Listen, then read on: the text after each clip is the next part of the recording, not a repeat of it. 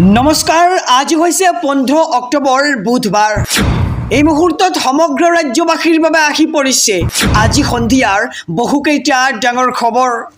এই মুহূৰ্তত জনাইছো আজিৰ প্ৰথমটো খবৰে সমগ্ৰ ৰাজ্যবাসীৰ বাবে এটি ডাঙৰ খবৰ, বিগ ব্ৰেকিং নিউজ।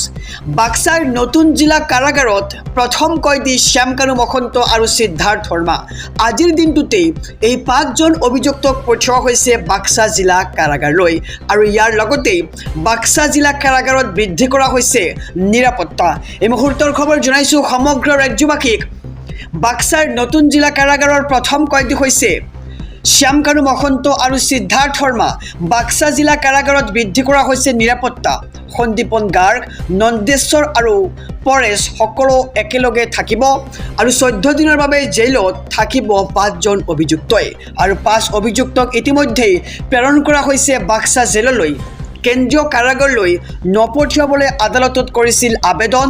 জীৱনৰ নিৰাপত্তাৰ প্ৰতি ভাবুকি থকা বুলি আবেদনত কৰিছিল উল্লেখ আৰু বাক্সাৰ নৱনিৰ্মিত এইখন কাৰাগাৰত ৰখা নাছিল এজনক কয়দীক। আৰু বাক্সাৰ নতুন জিলা কাৰাগাৰৰ প্ৰথম কয়দী হৈছে জুবিন গাৰ্গৰ মূল অভিযুক্ত শ্যামকানু মহন্ত আৰু সিদ্ধাৰ্থ শৰ্মা। বাক্সাৰ নতুন জিলা কাৰাগাৰত প্ৰথম কয়দী হিচাপে ৰখা হৈছে শ্যামকানু মহন্ত আৰু সিদ্ধাৰ্থ শৰ্মাক। বাক্সাৰ জিলা কাৰাগাৰখনত ইতিমধ্যে বৃদ্ধি কৰা হৈছে নিৰাপত্তা, কটকটি নিৰাপত্তা দিয়া হৈছে আৰু সন্দীপন গাৰ্গ, নন্দেশ্বৰ, পৰেশ বৰুৱা সকলো থাকিব একেলগে আৰু 14 দিনৰ বাবে জেলত থাকিব 5জন অভিযুক্ত। এই মুহূৰ্তত জনাইছো আজিৰ দ্বিতীয় নম্বৰ খবৰটো ৰাজ্যবাসীৰ বাবে আৰু এটি ডাঙৰ খবৰ, বিগ ব্ৰেকিং নিউজ। ৰাজধানী দিল্লীলৈ ৰাজ্যৰ মুখ্যমন্ত্ৰী ডক্টৰ হিমন্ত বিশ্ব শৰ্মা। তদন্ত ক্ষীপ্ৰ কৰিবলৈ বৈদেশিক মন্ত্ৰীৰে কৰিব এক বিশেষ বৈঠক। এই মুহূৰ্তৰ খবৰ জনাইছো ডাঙৰ খবৰ। ৰাজধানী দিল্লীলৈ ৰাজ্যৰ মুখ্যমন্ত্ৰী ডক্টৰ হিমন্ত বিশ্ব শৰ্মা তদন্ত ক্ষীপ্ৰ কৰিবলৈ বৈদেশিক মন্ত্ৰীৰে কৰিব এক বিশেষ বৈঠক। কেন্দ্ৰীয় মন্ত্ৰী ডক্টৰ এছ জয়শংকৰৰ সৈতে কৰিব বৈঠক আৰু তদন্ত ক্ষীপ্ৰ কৰিবলৈ ছিংগাপুৰক হেঁচা দিয়াৰ বাবে এই বৈঠক আয়োজন কৰা হৈছে। ছিংগাপুৰৰ উচ্চায়ুক্তক সাক্ষাৎ কৰিব ৰাজ্যৰ মুখ্যমন্ত্ৰীগৰাকীয়ে আৰু কেন্দ্ৰীয় মন্ত্ৰী শিৱৰাজ সিং চৌহানক কৰিব সাক্ষাৎ। বিয়লি 4:30 ছিংগাপুৰৰ উচ্চায়ুক্তৰ সৈতে অসম ভৱনত বৈঠক। ৰাজধানী দিল্লীলৈ ৰাজ্যৰ মুখ্যমন্ত্ৰী ডক্টৰ হিমন্ত বিশ্ব শৰ্মা তদন্ত ক্ষীপ্ৰ কৰিবলৈ বৈদেশিক মন্ত্ৰীৰে কৰিব এক বিশেষ বৈঠক। কেন্দ্ৰীয় মন্ত্ৰী ডক্টৰ এছ জয়শংকৰৰ সৈতে কৰিব সেই বিশেষ বৈঠকখন। আহিছোঁ পৰৱৰ্তী খবৰৰ মাজলৈ। ৰাজ্যবাসীৰ বাবে আৰু এটি ডাঙৰ খবৰ, বিগ ব্ৰেকিং নিউজ। ভাইৰেল হোৱা জুবিন গাৰ্গৰ পষ্টমৰ্টেম ৰিপৰ্ট ফেক। হয়, ঠিকেই শুনিছে, যিখন পষ্টমৰ্টেম ৰিপৰ্ট সামাজিক মাধ্যমত ভাইৰেল হৈ পৰিছিল সেই পষ্টমৰ্টেম ৰিপৰ্টখন আছিল ফেক। এই মুহূৰ্তৰ খবৰ জনাইছোঁ সমগ্ৰ ৰাজ্যবাসীক। ভাইৰেল হোৱা জুবিন গাৰ্গৰ পষ্টমৰ্টেম ৰিপৰ্টখন আছিল ফেক। ছ'চিয়েল মিডিয়াত ওলোৱা পষ্টমৰ্টেম ৰিপৰ্ট তথাকথিত। যিটো ৰিপৰ্ট পাইছে সেইটোত ডাক্তৰৰ কোনো চহী নাই আৰু ভুৱা বাতৰি প্ৰচাৰ নকৰিব আহ্বান জনাইছোঁ, এনেদৰে এতিয়া মন্তব্য কৰিছে SITৰ মুৰব্বী মুন্না প্ৰসাদ গুপ্তাই।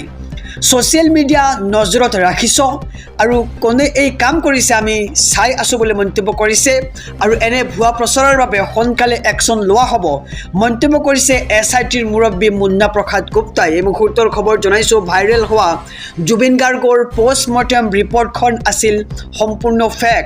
ছ'চিয়েল মিডিয়াত ওলোৱা পষ্টমৰ্টেম ৰিপৰ্ট তথাকথিত আছিল। ভাইৰেল হোৱা জুবিন গাৰ্গৰ পষ্টমৰ্টেম ৰিপৰ্টখন আছিল ফেক।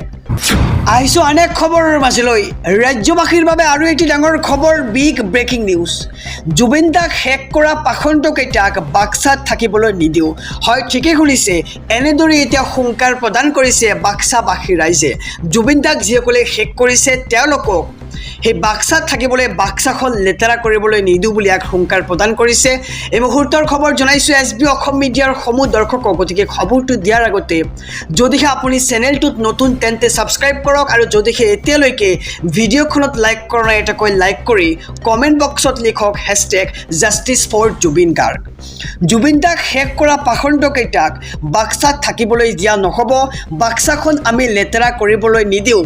শ্যামকানু মহন্ত, সিদ্ধাৰ্থ শৰ্মা শৰ্মা আৰু সন্দীপনক বেলেগ জেললৈ নিয়ক বাক্সাৰ পৰিৱেশ বিনষ্ট নকৰিব বাক্সা জিলা কাৰাগাৰত উত্তপ্ত হৈ পৰিছে পৰিস্থিতি আৰু আৰক্ষীৰ বাহনত শিলগুটি নিক্ষেপ কৰা দেখিবলৈ পোৱা গৈছে আৰু হতাহত হৈছে আৰক্ষীসহ সাংবাদিকক কাৰাগাৰৰ গেট ভাঙি প্ৰৱেশ কৰাৰ চেষ্টা জুবিন গাৰ্গৰ অনুৰাগীসকলৰ জুবিন দাক শেষ কৰা পাখণ্ডকেইটাক বাক্সা জিলাত থাকিবলৈ নিদিওঁ বুলি হুংকাৰ প্ৰদান কৰিছে বাক্সাখন লেতেৰা কৰিবলৈ নিদিওঁ জুবিন দাক শেষ কৰা পাখণ্ডকেইটাক বাক্সাত থাকিবলৈ দিয়া নহ'ব বাক্সাখন কোনোপধ্যেই লেতেৰা কৰিবলৈ দিয়া নহ'ব আৰু বাক্সাৰ সেই কাৰাগাৰত জুবিনৰ দুই মূল অভিযুক্ত শ্যামকানু মহন্ত আৰু সিদ্ধাৰ্থ শৰ্মাক লৈ যোৱা হৈছে আৰু তাৰ পিছতে উত্তপ্ত হৈ পৰিছে পৰিস্থিতি শ্যামকানু মহন্ত সিদ্ধাৰ্থ শৰ্মা আৰু সন্দীপনক বেলেগ জেললৈ লৈ নিয়ক বুলি এতিয়া আহ্বান জনাইছে হুংকাৰ প্ৰদান কৰিছে বাক্সাৰ পৰিৱেশ কোনোপধ্যেই বিনষ্ট নকৰিব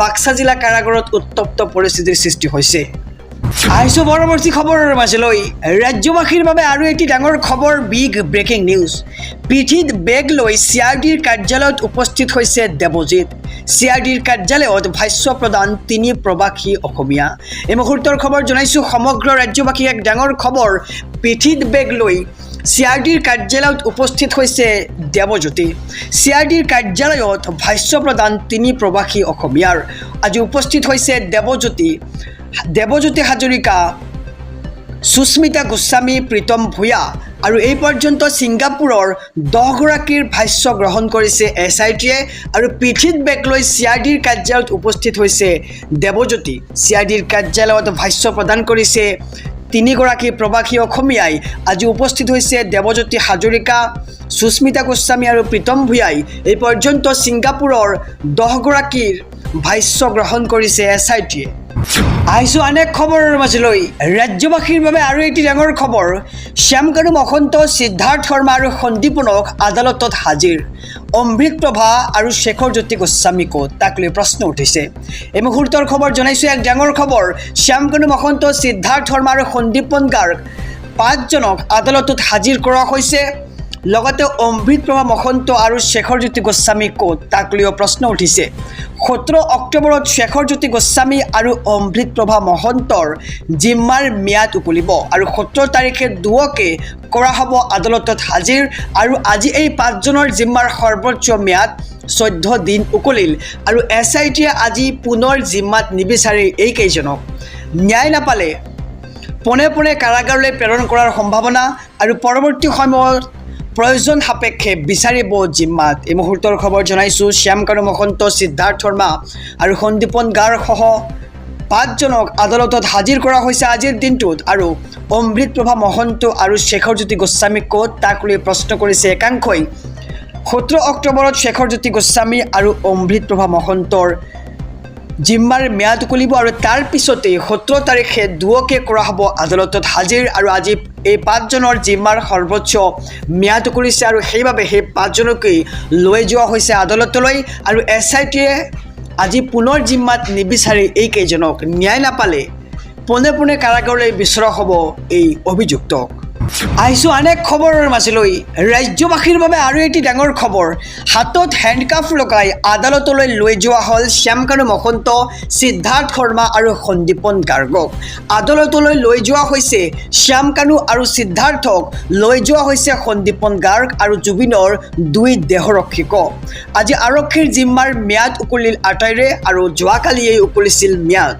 পৰৱৰ্তী ঠিকনা কি হ'ব 5 অভিযুক্তৰ তাক লৈ প্ৰশ্ন উঠিছে সিদ্ধান্ত ল'ব আদালতে আৰু আদালতলৈ লৈ যোৱা হৈছে শ্যামকানু আৰু সিদ্ধাৰ্থক লৈ যোৱা হৈছে সন্দীপন গাৰ্গ আৰু জুবিন গাৰ্গৰ 2 দেহৰক্ষীকক লৈ যোৱা হৈছে সন্দীপন গাৰ্গ শ্যামকানু মহন্ত আৰু সিদ্ধাৰ্থ শৰ্মাক আৰু আজি আৰক্ষীৰ জিম্মাৰ ম্যাদ উকলিল 8ৰে আৰু পৰৱৰ্তী ঠিকনা কি হ'ব লাগে বা কি হ'ব জনক আমাৰ কমেণ্ট বক্সত আপোনালোকৰ মতে এই 2 অভিযুক্তৰ কি শাস্তি হ'ব লাগে সেয়াও জনক আমাৰ কমেণ্ট বক্সত লগতে #Justice for Jubin Garg লিখিবলৈ নাপাহৰিব আৰু এই সিদ্ধান্ত ল'ব এতিয়া আদালতে আৰু আদালতলৈ লৈ যোৱা হৈছে শ্যামকানু মহন্ত আৰু সিদ্ধাৰ্থ শৰ্মাক